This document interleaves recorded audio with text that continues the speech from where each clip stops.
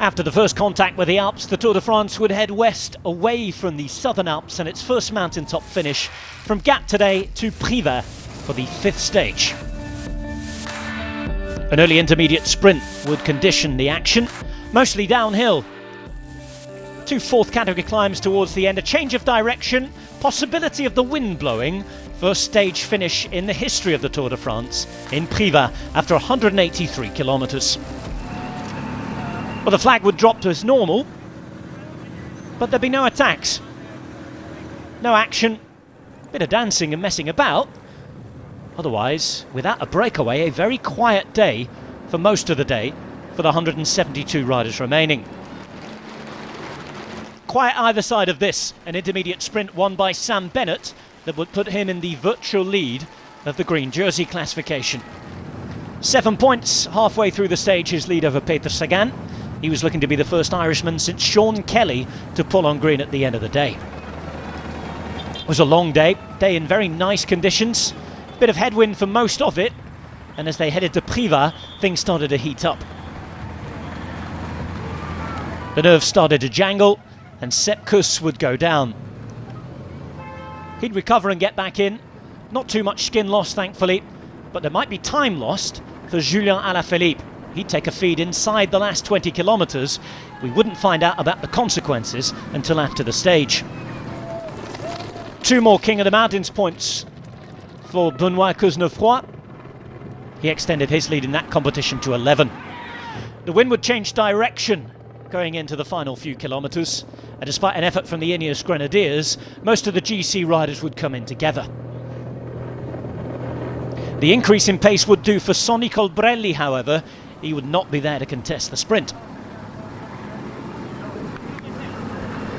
After plenty of twists and turns, ups and downs, roundabouts and all sorts, they reached the final kilometre. Team Sunweb doing all the work, a good lead out, 4 men there in the last K. At the back and trying to win the stage for the first time in his career would be Kees Bol.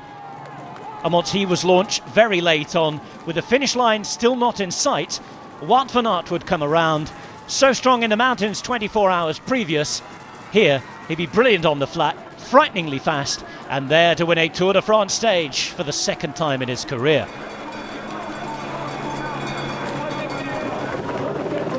The versatile Van Aert doing everything he could, and it was more than enough to beat the sprinters. He'd win the stage ahead of Bol, with Bennett finishing 3rd and taking that green jersey.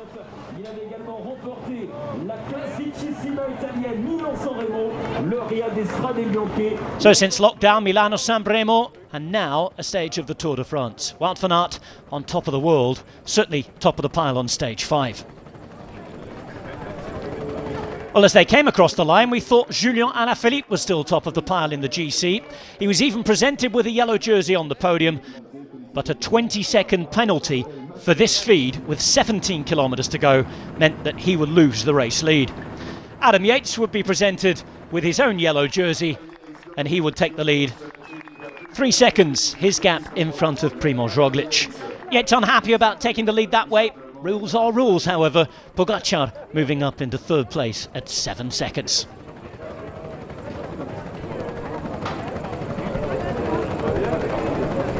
Confirmation of Sam Bennett's green jersey. 24th of July 1989, the last time an Irishman led any of the classifications at the Tour. Bennett in green. Another day and another mountain stage in this very combative and difficult Tour de France, leaving the Ardèche and heading the 191 kilometres to Montegual.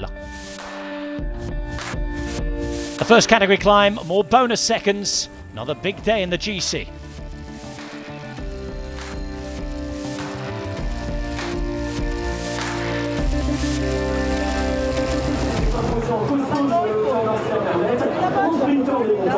Internet,